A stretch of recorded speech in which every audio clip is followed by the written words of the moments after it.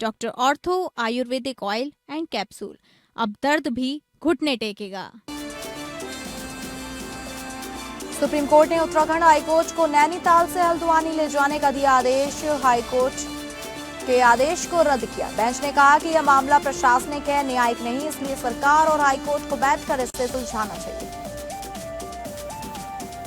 मुख्यमंत्री धामी की घोषणा, धरातल पर मां पूर्णागिरि धाम के सेलागाड़ गांव का बदलेगा स्वरूप। करीब 20 लाख की स्वीकृति से बिछेगी इंटरलॉकिंग टाइल्स। श्रद्धालुओं और ग्रामीणों को मिलेगा सुगम आवागमन। चंपावत में सीएम के स्वरोजगार विजन को लगी पंख। जौल की महिलाओं की नई उड़ान। चप्पल उद्योग से लिखी आत्मनिर्भरता की सफलता की कहानी।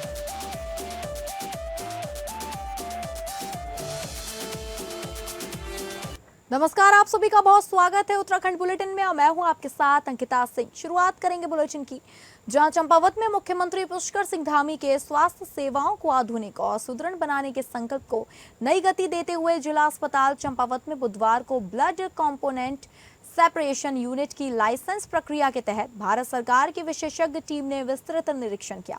विशेषज्ञ टीम ने जिला अस्पताल के ब्लड बैंक का गहन निरीक्षण करते हुए आधारभूत सुविधाओं, अत्याधुनिक उपकरणों, गुणवत्ता मानकों एवं कार्य प्रणाली का बारीकी से परीक्षण किया। निरीक्षण के दौरान लाइसेंस प्रक्रिया से जुड़े सभी आवश्यक पहलुओं का मूल्यांकन किया गया तथा आगे की औपचारिकताएं भी पूरी कर दी गई। इस अवसर पर जिलाधिकारी मनीष कुमार ने विशेषज्ञ टीम के साथ बैठक कर जनपद में बेहतर एवं आधुनिक रक्त सेवाओं की आवश्यकता पर विस्तार से चर्चा की। उन्होंने कहा कि BCSU के संचालन से चंपावत के मरीजों को बड़ी राहत मिलेगी तथा गंभीर मरीजों, गर्भवती महिलाओं और सड़क दुर्घटना में घायल लोगों को प्लाज्मा, प्लेटलेट्स और पैक्ड रेड सेल्स जैसी महत्वपूर्ण रक्त अवयव सेवाएं एवं अब स्थानीय स्तर पर समय पर उपलब्ध हो सकेंगी।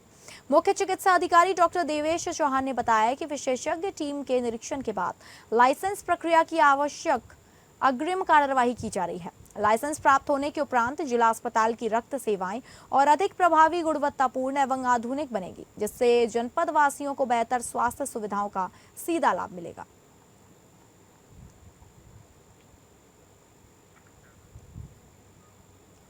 चंपावत से खबर है, जहां मुख्यमंत्री पुष्कर सिंह धामी की एक और घोषणा अब धरातल पर उतरने जा रही है।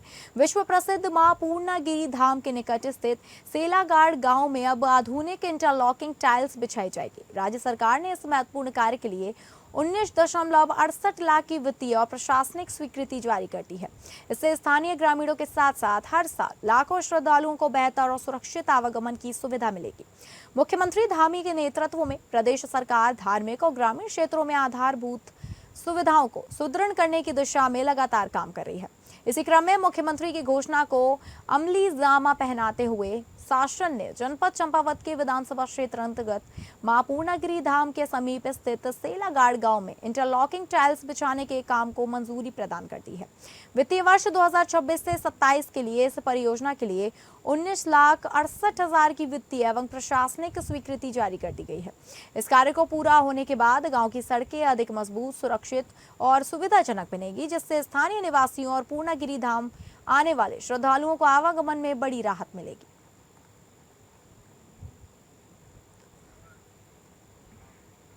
मुख्यमंत्री पुष्कर सिंह धामी के निर्देशों पर संचालित जन जन की सरकार जन जन के द्वार अभियान के तहत सेवा पखवाड़ा कार्यक्रम में विकास खंड बाराकोट के दूरस्थ क्षेत्र राजकीय इंटर कॉलेज मऊ में विशाल बहुउद्देशीय जन समस्या निवारण और लाभार्थी शिविर आयोजित किया गया।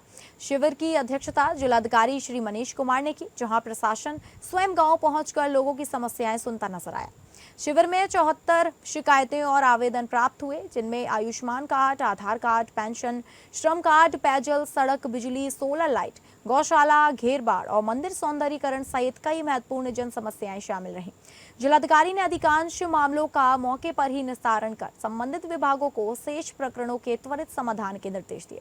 कार्यक्रम के दौरान विभिन्न विभागों द्वारा लगाए गए स्टॉलों के माध्यम से 485 लाभार्थियों को सरकार की विभिन्न जन कल्याणकारी योजनाओं का लाभ प्रदान किया गया। स्वास्थ्य विभाग ने निःशुल्क स्वास्थ्य जांच और दवाएं वितरित की, जबकि आयुष एवं होम्योपैथिक विभाग ने भी ग्रामीणों को परामर्श और औषधियां उपलब्ध कराई। महिला सशक्तिकरण एवं बाल विकास विभाग ने पात्र लाभार्थियों दीपा देवी को मुख्यमंत्री महालक्ष्मी किट प्रदान की। देखिए, जैसा आप विदित हैं, माननीय मुख्यमंत्री जी के दिशा निर्देशों में और उनके मार्गदर्शन में दिनांक 4 तारीख से 18 तारीख तक ये सेवा पखवाड़ा का आयोजन जो है इसमें किया जा रहा है और पूरे हमारे जनपद स्तर पे किया जा रहा है। इसमें 10 से ज़्यादा कैंप्स जो हैं ये जगह-जगह पे लगाए जा रहे हैं और आज जो है ये दूरस्थ क्षेत्र मऊ, बाराकोट जो है हमारा ब्लॉक है उसके अंतर्गत पड़ता है और यहाँ लगभग 450 से ज़्यादा लाभार्थी जो है यहाँ पर आए और आस-पास के गाँव के लोग यहाँ पर पहुँचे हैं। साथ ही शासन की ओर से हमारे माननीय मंत्री जी, वन एवं पर्यावरण के राज्य मंत्री जी भी यहाँ पर उपस्थित रहे हैं और उनके मार्गदर्शन में पूरे कार्यक्रम को जो है वो क्रियान्वित किया गया है। सभी विभाग 23 विभाग हमारे इसमें सम्मिलित हुए। तो एक तरफ जहाँ लाभार्थीपरक योजनाओं का लाभ सीधे-सीधे लाभार्थियों को दिया गया है, वहीं जो लंबी परियोजनाएँ हैं जिसमें वृहद लेवल पे सड़क का निर्माण हो या उत्तराखंड के मुख्यमंत्री पुष्कर सिंह धामी के स्वरोजगार, महिला सशक्तिकरण और लोकल फॉर वोकल के संकल्प को चंपावत के एक छोटे से गांव जौल की महिलाओं ने नई पहचान दी है। कभी खेती, पशुपालन और शहद उत्पादन तक सीमित रहने वाली महिलाएं आज चप्पल और क्रॉक्स निर्माण उद्योग के माध्यम से आत्मनिर्भरता की नई इबारत लिख रही हैं। यह कहानी सिर्फ 6 महिलाओं की नहीं बल्कि बदलते ग्रामीण उत्तराखंड की तस्वीर है। विकासखंड चंपावत के ग्राम पंचायत जौल में राष्ट्रीय ग्रामीण आजीविका मिशन के तहत वर्ष 2019 में गठित सरस्वती स्वयं सहायता समूह की 6 महिलाओं ने सीमित संसाधनों को अपनी ताकत बनाकर नया इतिहास रच दिया है। पहले यह महिलाएं गौपालन, सब्जी उत्पादन, पहाड़ी केले की खेती और शहद उत्पादन से जुड़ी थी, लेकिन आगे बढ़ने की सोच ने इन्हें चप्पल एवं क्रॉक्स निर्माण उद्योग की ओर प्रेरित किया। समूह ने ग्राम संगठन के CIF से 1 लाख रुपए तथा CCL के माध्यम से 1 लाख रुपए का ऋण प्राप्त कर आधुनिक उत्पादन इकाई स्थापित की। मेहनत, लगन और गुणवत्ता के दम पर तैयार किए गए उत्पादों को बाजार में शानदार प्रतिक्रिया मिली और देखते ही देखते ऑर्डरों की झड़ लग गई। समूह के खटीमा के 400, बनबसा के 400, अमोड़ी के 2500 और सितारगंज के 600 चप्पलों के ऑर्डर सफलतापूर्वक पूरे कर अपनी गुणवत्ता और कार्य क्षमता का शानदार परिचय दिया। शुरुआती सफलता ने महिलाओं का आत्मविश्वास बढ़ाया और अब उनका यह उद्यम लगातार विस्तार की ओर बढ़ रहा है।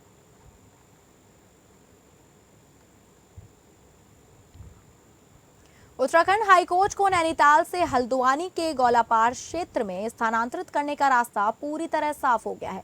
सुप्रीम कोर्ट ने राज्य सरकार के प्रस्ताव को मंजूरी देते हुए गौलापार एक नए हाईकोर्ट परिसर की स्थापना की अनुमति प्रदान कर दी है। साथ ही सर्वोच्च न्यायालय ने हाईकोर्ट द्वारा नए परिसर के संबंध में जनमत संग्रह कराने के निर्देश को निरस्त कर दिया। कोर्ट ने स्पष्ट किया कि इस मामले में जनमत संग्रह की कोई आवश्यकता नहीं है और राज्य सरकार नियमानुसार निर्माण प्रक्रिया आगे बढ़ा सकती है। सुप्रीम कोर्ट ने राज्य सरकार को निर्देश दिया है कि प्रस्तावित हाईकोर्ट भवन के निर्माण के लिए 6 हफ्ते के भीतर भूमि आवंटन की प्रक्रिया पूरी की जाए ताकि परियोजना पर जल्द काम शुरू हो सके। लंबे समय से हाईकोर्ट को नैनीताल से गौलापार स्थानांतरित करने की मांग और प्रक्रिया चल रही थी। गौलापार में पर्याप्त भूमि उपलब्ध होने तथा आधुनिक न्यायिक परिसर विकसित करने की संभावनाओं को देखते हुए राज्य सरकार ने वहां नया हाईकोर्ट परिसर विकसित करने का प्रस्ताव तैयार किया है। अब सुप्रीम कोर्ट की मंजूरी के बाद इस महत्वाकांक्षी परियोजना को गति मिलने की उम्मीद है।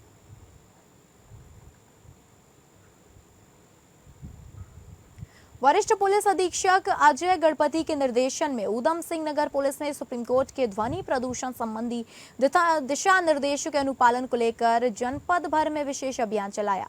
अभियान के दौरान बिना अनुमति संचालित निर्धारित डेसिबल सीमा से अधिक ध्वनि वाले तथा तय समय विधि का उल्लंघन करने वाले लाउड स्पीकरों के खिलाफ कार्रवाई की गई।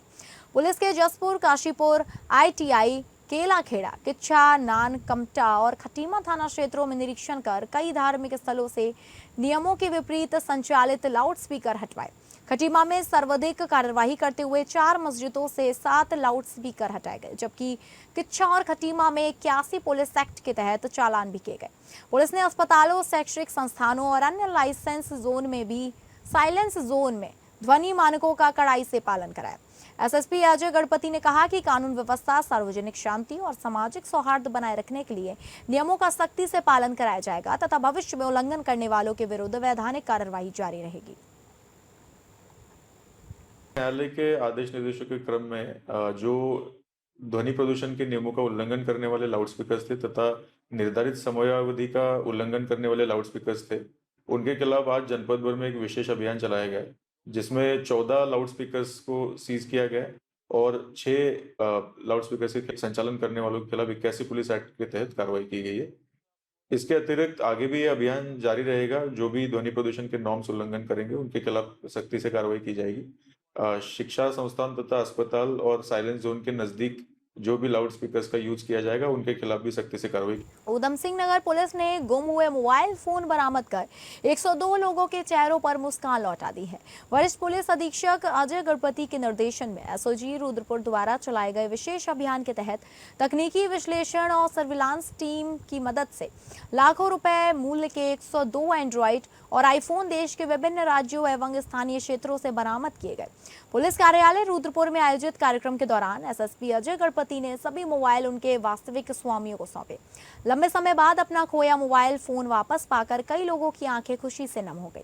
मोबाइल स्वामियों ने कहा कि उन्हें उम्मीद नहीं थी कि उनका फोन वापस मिलेगा। उन्होंने ऊधम सिंह नगर पुलिस की तत्परता, तकनीकी दक्षता और जनहित में किए गए कार्यों की सराहना करते हुए एसएसपी अजय गणपति एवं एसओजी टीम का आभार व्यक्त किया। पुलिस ने नागरिकों से मोबाइल फोन गुम होने पर तुरंत शिकायत दर्ज कराने की अपील की।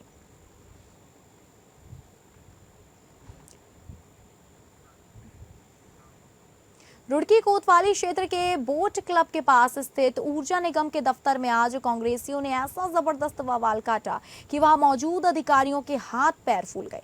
चौधरी राजेंद्र सिंह के नेतृत्व में बड़ी संख्या में कांग्रेस नेता और कार्यकर्ता आज सीधे ऊर्जा निगम के कार्यालय धमक पड़े।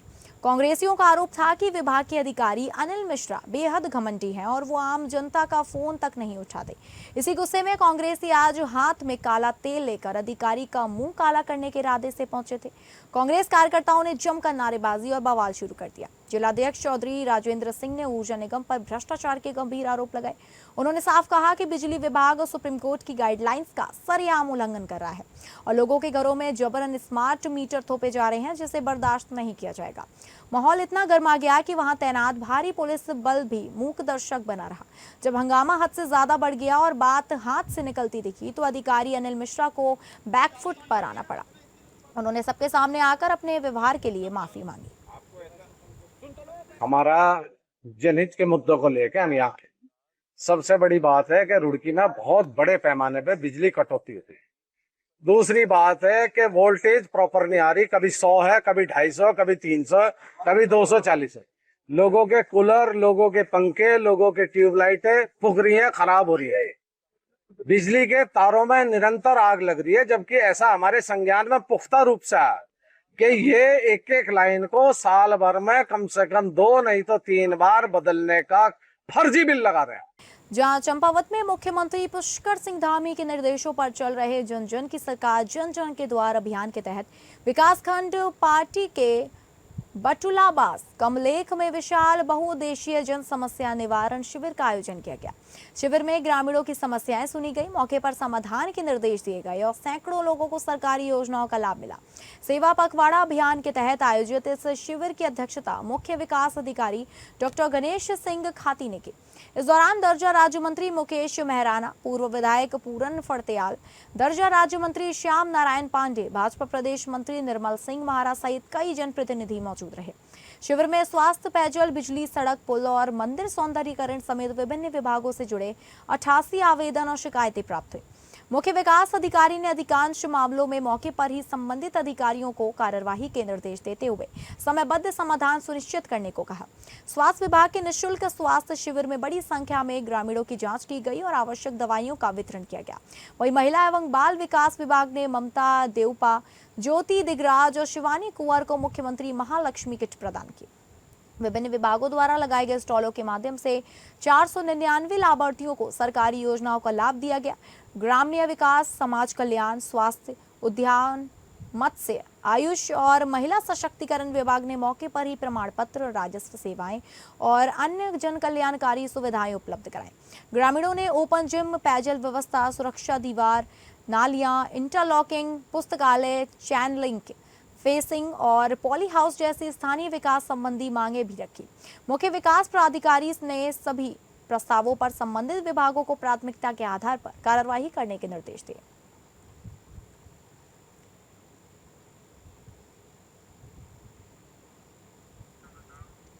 प्रदेश में सड़कों की बदहाल स्थिति और गड्ढों को लेकर उठ रहे सवालों के बीच बीजेपी प्रदेश प्रवक्ता नवीन ठाकुर ने कहा कि मुख्यमंत्री पुष्कर सिंह धामी पहले ही अधिकारियों के स्पष्ट निर्देश दे चुके हैं कि जनता की सुविधा से किसी भी तरह का समझौता नहीं किया जाएगा। उन्होंने कहा अधिकारियों का पहला दायित्व है जनता की सेवा करना और सरकार किसी भी प्रकार की लापरवाही बर्दाश्त नहीं करेगी। नवीन ठाकुर ने बताया कि मानसून से पहले मुख्यमंत्री ने प्रमुख अधिकारियों और लोक निर्माण विभाग के अधिकारियों के साथ बैठक कर सड़कों, नालों और जल निकासी व्यवस्था को दुरुस्त रखने के निर्देश दिए थे। उन्होंने कहा यदि किसी क्षेत्र में अधिकारियों की लापरवाही सामने आती है तो राज्य सरकार उनके खिलाफ सख्त कार्रवाई करेगी। उन्होंने कहा कि बीजेपी सरकार जवाबदेही तय करने में विश्वास रखती है और जनता को बेहतर सुविधाएं उपलब्ध कराना सरकार की सर्वोच्च प्राथमिकता है। अधिकारियों का काम जो है जनता की सेवा करना है और मुख्यमंत्री ने सख्त निर्देश दिए हैं किसी भी प्रकार की हीला हवाली बर्दाश्त नहीं की जाएगी। बरसात से पहले मुख्यमंत्री ने प्रमुख अधिकारियों के साथ बैठकर, उनमें पीडब्ल्यूडी सचिव भी थे, स्पष्ट कहा था कि सड़कों का, नालों का रख रखाव उचित तरीके से हो ताकि बरसात में दिक्कत ना हो। और संबंधित क्षेत्र के अधिकारी अगर कहीं लापरवाही बरती गई और लापरवाही उनके काम में पाएगी तो निश्चित तौर पर उन पर जो है सरकार कार्रवाई करेगी। और ये भाजपा की सरकार है, यहाँ पर जो है किसी भी प्रकार की लापरवाही बर्दाश्त। चंपावत में सड़क सुरक्षा नियमों की अनदेखी अब भारी पड़ रही है। परिवहन विभाग ने पूरे जिले में सघन प्रवर्तन अभियान चलाकर नियम तोड़ने वालों पर बड़ा शिकंजा कसा है। अभियान के दौरान 66 वाहनों के चालान किए गए, 2 वाहनों को सीज कर दिया गया और नाबालिग के वाहन चलाने पर भी सख्त कार्रवाई की गई। सर्वोच्च न्यायालय के दिशा निर्देशों, मुख्यमंत्री पुष्कर सिंह धामी के सड़क सुरक्षा संबंधी निर्देशों तथा जिलाधिकारी मनीष कुमार के मार्गदर्शन में परिवहन विभाग ने चंपावत, लोहाघाट, बाराकोट और पाटी क्षेत्र में व्यापक वाहन चेकिंग अभियान चलाया। अभियान का नेतृत्व सहायक संभागीय परिवहन अधिकारी मनोज बगोरिया ने किया। प्रवर्तन के दौरान मोटर वाहन अधिनियम के विभिन्न प्रावधानों का उल्लंघन करने वाले 66 वाहनों के चालान किए गए। जांच में 6 वाहन बिना वैध ड्राइविंग लाइसेंस, 4 वाहन बिना फिटनेस प्रमाण पत्र और 5 वाहन बिना टैक्स के संचालित पाए गए, जिनके विरुद्ध नियम अनुसार कार्रवाई की गई। अभियान के दौरान एक नाबालिग स्कूटी चलाते हुए पकड़ा गया, जिसके बाद वाहन को कोतवाली चंपावत में सीज कर दिया गया। वहीं बिना परमिट, बिना फिटनेस और बिना टैक्स संचालित एक अन्य वाहन को कोतवाली लोहाघाट में सीज किया गया। इतना ही नहीं, उत्तराखंड परिवहन निगम की एक बस में प्रेशर हॉर्न का इस्तेमाल मिलने पर भी चालान किया गया। परिवहन विभाग ने वाहन स्वामियों और चालकों से अपील की है कि वे वैध ड्राइविंग लाइसेंस, फिटनेस प्रमाण पत्र, टैक्स परमिट सहित सभी आवश्यक दस्तावेज अद्यतन रखें और यातायात नियमों का 100% पालन करें। वहीं विभाग ने स्पष्ट किया कि सड़क सुरक्षा के लिए ऐसे सघन अभियान आगे भी लगातार जारी रहेंगे।